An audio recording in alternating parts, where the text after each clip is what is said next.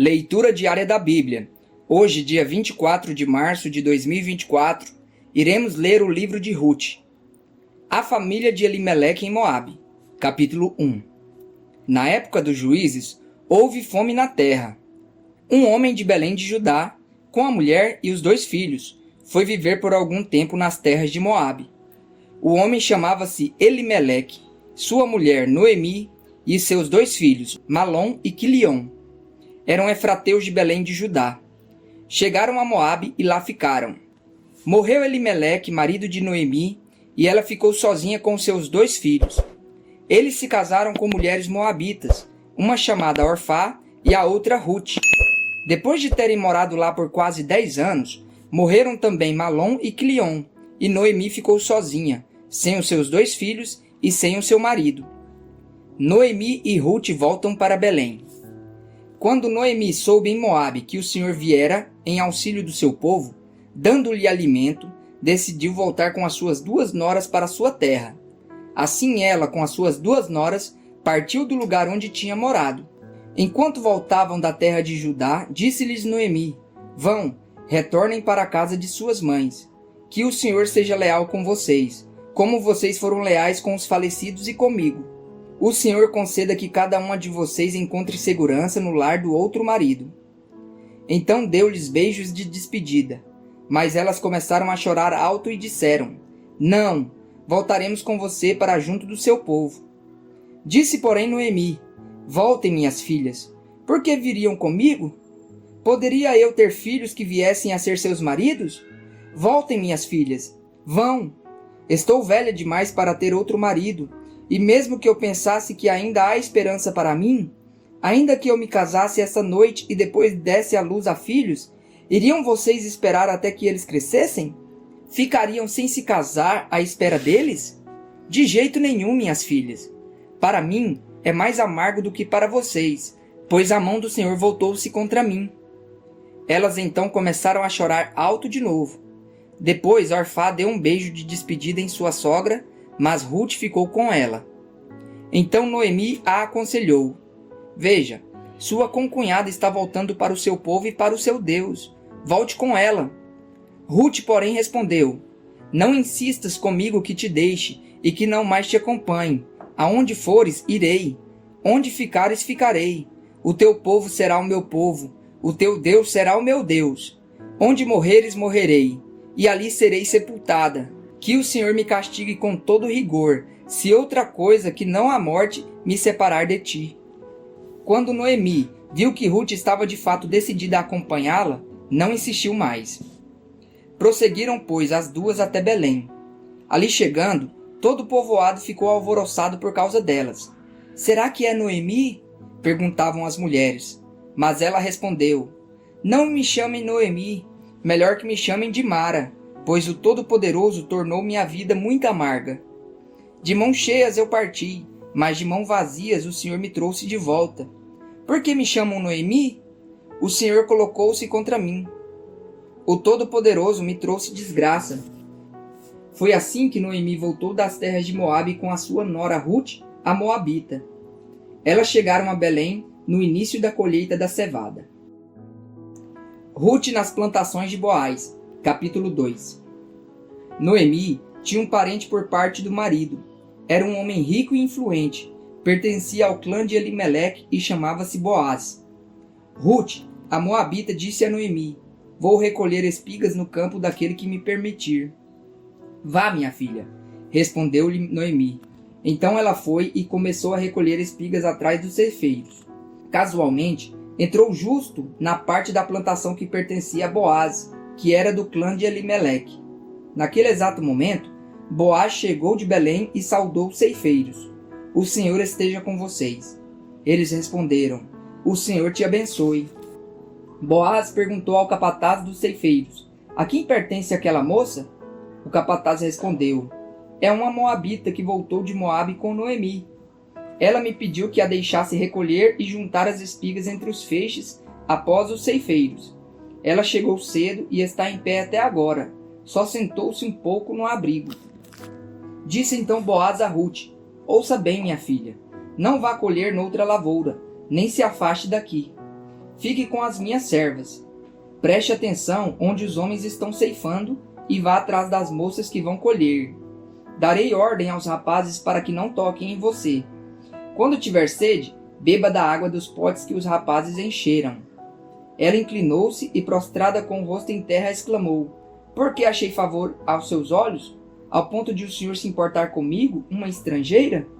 Boaz respondeu: Contaram-me tudo o que você tem feito por sua sogra, depois que você perdeu seu marido. Como deixou seu pai, a sua mãe e a sua terra natal para viver com um povo que você não conhecia bem. O Senhor retribua a você o que você tem feito. Que seja ricamente recompensada pelo Senhor, o Deus de Israel, sob cujas asas você veio buscar refúgio. E disse ela: Continue eu a ser bem acolhida, meu senhor. O Senhor me deu ânimo e encorajou sua serva, e eu sequer sou uma de suas servas. Na hora da refeição, Boaz lhe disse: Venha cá, pegue um pedaço de pão e molhe-o no vinagre. Quando ela se sentou junto aos ceifeiros, Boaz lhe ofereceu grãos tostados. Ela comeu até ficar satisfeita e ainda sobrou. Quando ela se levantou para recolher as espigas, Boaz deu estas ordens aos seus servos: Mesmo que ela recolha entre os feixes, não a repreendam. Ao contrário, quando estiverem colhendo, tirem para ela algumas espigas dos feixes e deixem-nas cair para que ela as recolha, e não a impeçam. E assim Ruth colheu na lavoura até o entardecer. Depois debulhou o que tinha juntado, quase uma arroba de cevada. Carregou-a para o povoado, e a sua sogra viu quanto Ruth havia recolhido, quando ela lhe ofereceu o que havia sobrado da refeição. A sogra lhe perguntou: Onde você colheu hoje? Onde trabalhou? Bendito seja aquele que se importou com você. Então Ruth contou à sogra com quem tinha trabalhado: O nome do homem com quem trabalhei hoje é Boaz. E Noemi exclamou: Seja ele abençoado pelo Senhor, que não deixe de ser leal e bondoso com os vivos e com os mortos. E acrescentou: Aquele homem é nosso parente, é um de nossos resgatadores. E Ruth, a moabita, continuou: Pois ele mesmo me disse também: Fique com os meus ceifeiros até que terminem toda a minha colheita. Então Noemi aconselhou a sua nora Ruth: É melhor mesmo você ir com as servas dele, minha filha. Noutra lavoura poderia molestá-la. Assim Ruth ficou com as servas de Boaz para recolher espigas, até acabarem as colheitas de cevada e de trigo, e continuou morando com a sua sogra. Na eira de Boaz, capítulo 3. Certo dia, Noemi, sua sogra, lhe disse: Minha filha, tenho que procurar um lar seguro para a sua felicidade. Boaz, senhor das servas com quem você esteve, é nosso parente próximo. Esta noite ele estará limpando cevada na eira. Lave-se, perfume-se, vista sua melhor roupa e desça para a eira, mas não deixe que ele perceba você até que tenha comido e bebido. Quando ele for dormir, note bem o lugar em que ele se deitar. Então vá, descubra os pés dele e deite-se. Ele dirá a você o que fazer. Respondeu Ruth: Farei tudo o que você está me dizendo. Então ela desceu para a eira e fez tudo o que a sua sogra lhe tinha recomendado.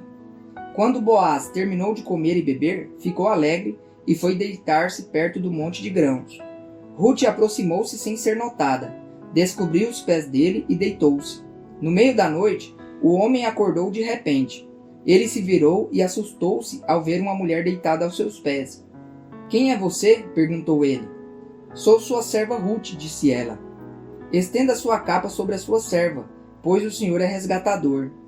Boaz lhe respondeu: O Senhor a abençoe, minha filha. Este seu gesto de bondade é ainda maior do que o primeiro, pois você poderia ter ido atrás dos mais jovens, ricos ou pobres. Agora, minha filha, não tenha medo. Farei por você tudo o que me pedir. Todos os meus concidadãos sabem que você é mulher virtuosa. É verdade que sou resgatador, mas há um outro que é parente mais próximo do que eu. Passe a noite aqui. De manhã veremos. Se ele quiser resgatá-la, muito bem, que resgate. Se não quiser, juro pelo nome do Senhor que eu a resgatarei. Deite-se aqui até de manhã. Ela ficou deitada aos pés dele até de manhã, mas levantou-se antes de clarear para não ser reconhecida. Boaz pensou: ninguém deve saber que esta mulher esteve na eira. Por isso disse: traga-me o manto que você está usando e segure-o. Ela o segurou.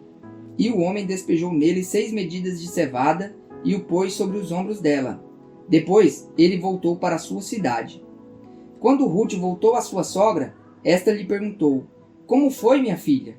Ruth lhe contou tudo o que Boaz lhe tinha feito e acrescentou: ele me deu estas 6 medidas de cevada, dizendo: não volte para sua sogra de mãos vazias. Disse então Noemi: agora espere, minha filha, até saber o que acontecerá. Sem dúvida, aquele homem não descansará enquanto não resolver esta questão hoje mesmo. O resgate de Noemi e de Ruth, capítulo 4. Enquanto isso, Boaz subiu à porta da cidade e sentou-se exatamente quando o resgatador que ele havia mencionado estava passando por ali. Boaz o chamou e disse: meu amigo, venha cá e sente-se. Ele foi e sentou-se. Boaz reuniu 10 líderes da cidade e disse: sentem-se aqui. E eles se sentaram. Depois disse ao resgatador: Noemi, que voltou de Moabe, está vendendo o pedaço da terra que pertencia ao nosso irmão Elimeleque. Pensei que deveria apresentar a você o assunto na presença dos líderes do povo e sugerir a você que adquira o terreno. Se quiser resgatar essa propriedade, resgate-a. Se não, diga-me para que eu o saiba, pois ninguém tem esse direito a não ser você e depois eu. Eu a resgatarei, respondeu ele. Boaz, porém, lhe disse: no dia em que você adquirir as terras de Noemi e da moabita Ruth, estará adquirindo também a viúva do falecido para manter o nome dele em sua herança.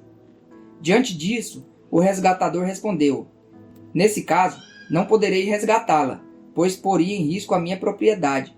Resgate-a você mesmo, eu não poderei fazê-lo. Antigamente em Israel, para que o resgate e a transferência de propriedade fossem válidos, a pessoa tirava a sandália e a dava ao outro. Assim, oficializavam os negócios em Israel. Quando, pois, o resgatador disse a Boaz: adquira-a você mesmo, tirou a sandália. Então Boaz anunciou aos líderes e a todo o povo ali presente: vocês hoje são testemunhas de que estou adquirindo de Noemi toda a propriedade de Elimeleque, de Quilion e de Malom.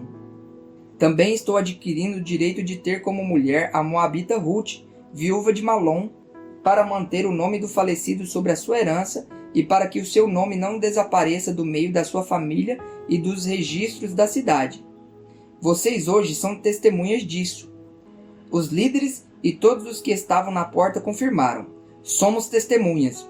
Faça o Senhor com essa mulher que está entrando em sua família, como fez com Raquel e Lia, que juntas formaram as tribos de Israel. Seja poderoso em Efratá e ganhe fama em Belém. E com os filhos que o Senhor conceder a você dessa jovem, seja a sua família como a de Pérez, que Tamar deu a Judá. O casamento de Boaz e Ruth. Boaz casou-se com Ruth e ela se tornou sua mulher. Boaz a possuiu e o Senhor concedeu que ela engravidasse dele e desse à luz um filho. As mulheres disseram a Noemi: louvado seja o Senhor que hoje não a deixou sem resgatador. Que o seu nome seja celebrado em Israel. O menino dará a você nova vida e a sustentará na velhice, pois é filho da sua nora, que a ama e que é melhor do que os seus 7 filhos para você. Noemi pôs o menino no colo e passou a cuidar dele. As mulheres da vizinhança celebraram o seu nome e disseram: Noemi tem um filho, e lhe deram o nome de Obed. Este foi o pai de Jessé, pai de Davi. A genealogia de Davi. Esta é a história dos antepassados de Davi desde Pérez. Pérez gerou Esrom. Esrom gerou Rão.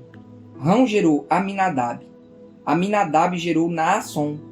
Naasson gerou Salmão. Salmão gerou Boaz. Boaz gerou Obed. Obed gerou Jessé. E Jessé gerou Davi.